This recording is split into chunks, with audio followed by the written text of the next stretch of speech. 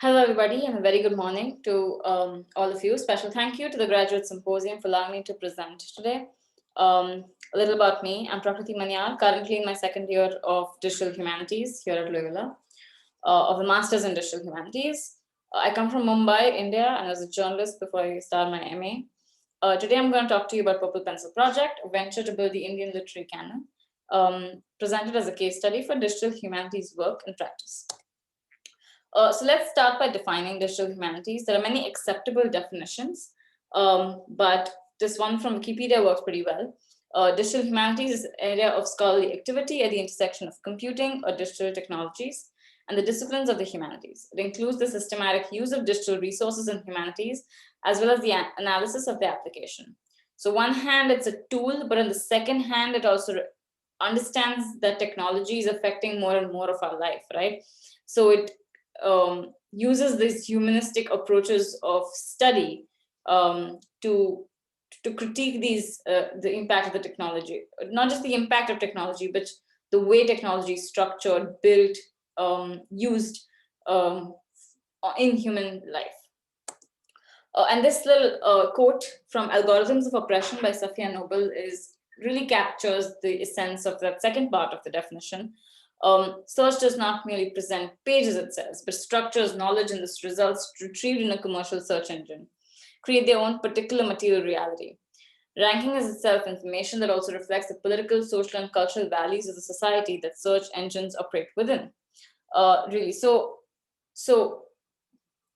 in saying that technology, which is most of the infrastructure we use today is corporate owned, profit motive over justice motive, and is built by people with biases. So algorithms aren't perfect, neutral, techno utop.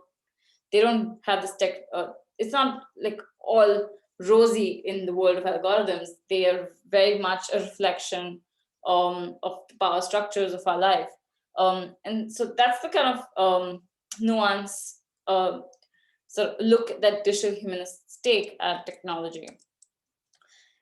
And in recognizing that the technological world is increasingly a space, the context that I'm working in is literature. So what is, how does the digital world affect the reading culture, and how is the reading culture represented in the digital world? Which stories are visible? Who chooses these stories? Some of these questions that we asked in the earlier slide, right, about power structure. So whose voices do they represent and whose voices do they mask and suppress?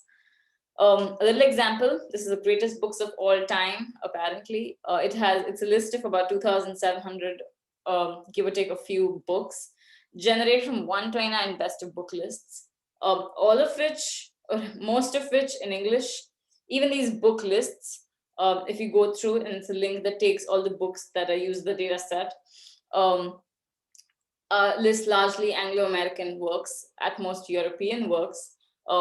So the web is a global space. In when anybody search from India to other parts of Asia to the Middle East, all parts of the world are going to search mostly this same English web. And in this verbiage, the greatest books of all time, if everything is an Anglo-American work, great books, there's nothing against them, but they also suppress a lot of local literature. So there's this tension between local and global that being in the digital space reveals. And what does that do to literature? Like, that's the question I've been asking myself since 2017. So I want to take that as a segue into saying when P3 began. It began as an idea in 2017, and I was studying MA in MA in literature. And we had one semester of Indian literature.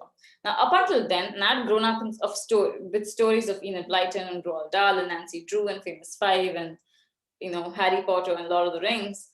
For me, Indian literature was Salman Rushdie, Arundhati Roy, books for the adults. And I did come to love them and read them in time, but that was it. So when we were studying Indian authors such as Damodar Mauzo and Vijay Tendulkar, the playwright, and Mahesh Dattani's works, or reading poems by Kamala Das, I began to realize that, hey, this is a cultural ethos and context of their work that I actually get in a way that I didn't for when I read Enid Blyton or Nancy Drew. The characters didn't look and sound and speak like me. So I thought I should look online or look, at bookstores, but I couldn't really find a community space to discover.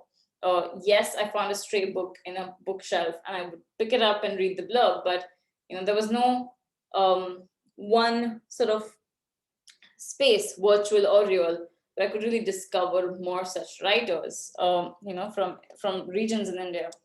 And so I began documenting them as a blog, which became something bigger.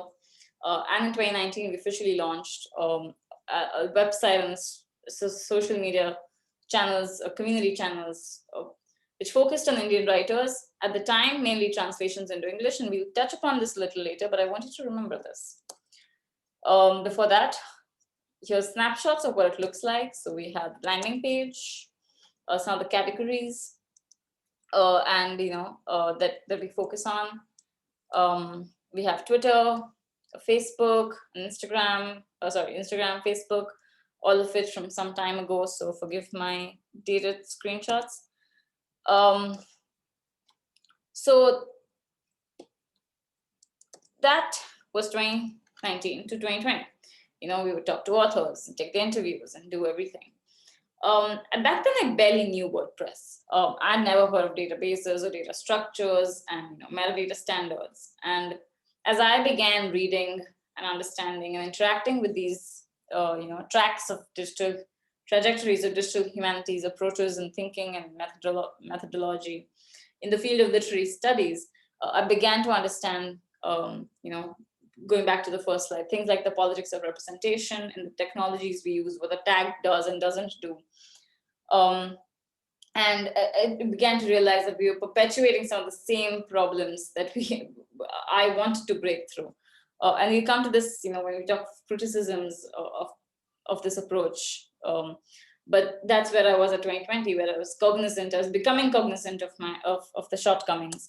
And so in 2021, that is now, I have a couple of things planned. One is the capstone project, which is building a multilingual database to sort of remedy that English dominance I was speaking about in the last slide, and to rethink the approach of the relationship between language and literature in India, which is a very multilingual country. Each state has its own language, official language at the very least, and there are 24 in the constitution listed as official languages.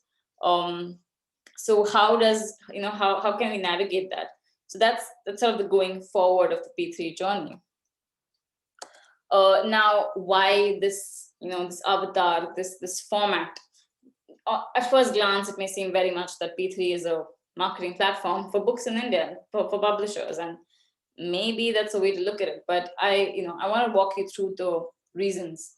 So firstly, the data is the basis for digital humanities work. Every algorithm, everything is based on a data set of things. And if that data set is not representative, then the algorithm, no matter how you make it transparent, no matter how well you sort of program it, it's not going to do much if it has no data to work off. So machines only learn what we can teach them, and that teaching comes from the data sets that we feed into them. And so that's the importance of data. And the second part of it is that on the web, what is data is the content that's generated. A tweet is a data point, a Facebook post is a data point, Instagram is a data point, a blog post is a data point. So just by virtue of there being a lot of content and a lot of data points, A, there's a lot of clutter, excuse me, and B, there's definitely imbalance on whose voices the content is about. If you go to Wikipedia, a disproportionately large amount of articles are in English. That's about 6,000 or 60,000 in Gujarati, which is the one language I've been doing a lot of research in, and probably fewer, in other Indian languages or other global languages. So content is crucial. Content, and it's just it's a way of creating the data, this a more representative data set. And speaking of content and the web, just creating or bringing to fore voices helps in some of the decolonization of the content. In again, speaking to decolonizing whose voices we hear, whose stories are shown on screen and on page. Um, and while this is being created, this pool is being created. There has to be an access and awareness. It's difficult to rank first on Google's search. That is, if you do go ahead and search for Indian literature, which it may not be the most natural search query. It may not rank first, and if it does rank first, I mean, that's great for Purple Pencil, but not everyone may search the same terms. It may not come to the same pages. So there needs to be an awareness created of the fact that, hey, if you're looking for authors, here's a different set of voices to listen to, and a different set of stories to look at. That happens through, you can call it marketing. It's a commercial term, but it is apt. Going to universities across the globe, going to departments of South Asian studies and saying, hey, here's what we do. And in this process, there's a natural preservation of the stories, right? And I'm saying, think about it from 20 years from now, as the virtual infrastructure becomes stronger. If that's the first point of discovery, then a lot of the dominant narrative is set by what people discover there. So there's an importance, there's merit to creating this diverse content. And so it's content with a purpose. And all of this, I don't want to spend too much time on it, but this is designed to bring the story. I don't want to create a dry profile of this beautiful author from 15th century Bengal. I want to say, here's the book, here's the story, here's why you should read it or not read it. But here's this is the reader engaging with the book, and I want that grassroots level engagement at all times. And second part of that purpose-driven, creation of articles is to show multilinguality. And sometime last year I told you earlier that sometime last year I figured that, hey, we were just putting stuff out in English, and that's not really doing much to break, and that's a little hypocritical on my part. So we began publishing these bilingual interviews to say that at least see that there is different script, right? The different language here. Just even if it's subconscious awareness, it's important. And in trying to do that for many languages, I'm hoping that what gets built is the sum will then be more representative of its parts in this case. The in practice part comes from two things. One is the need to be financially sustainable and independent. So I could do this within an infrastructure of an academic environment, but DH work is a lot of labor, and this kind of scale requires an infrastructure building, and that kind of labor requires money. So there has to be a way to sustain ourselves through, build a project to go forward and to maintain it long term. Currently, we incur about $400, of expenses each month. That's because my labor is free. I just do things in it, and I don't take money for it. So, but that's one aspect of being in practice. And the second, that it's public facing, is that it's speaking to a lot of stakeholders, and it's representing a lot of stakeholders on the platform, from scholars to departments to independent bookstores, publishers, regional and global, at the regional and global level. And it's recognizing the commercial value of these cultural products as the public uses them. So, and I use this example everywhere.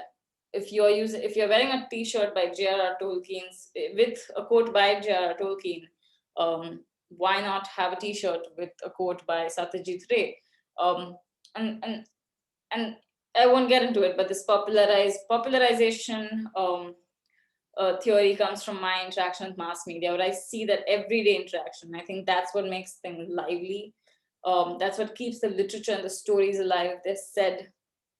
They're exchanged in daily life. If I'm talking about a book, uh, Jane Austen sustained, it's because there was such 200 years worth of gossip about her books.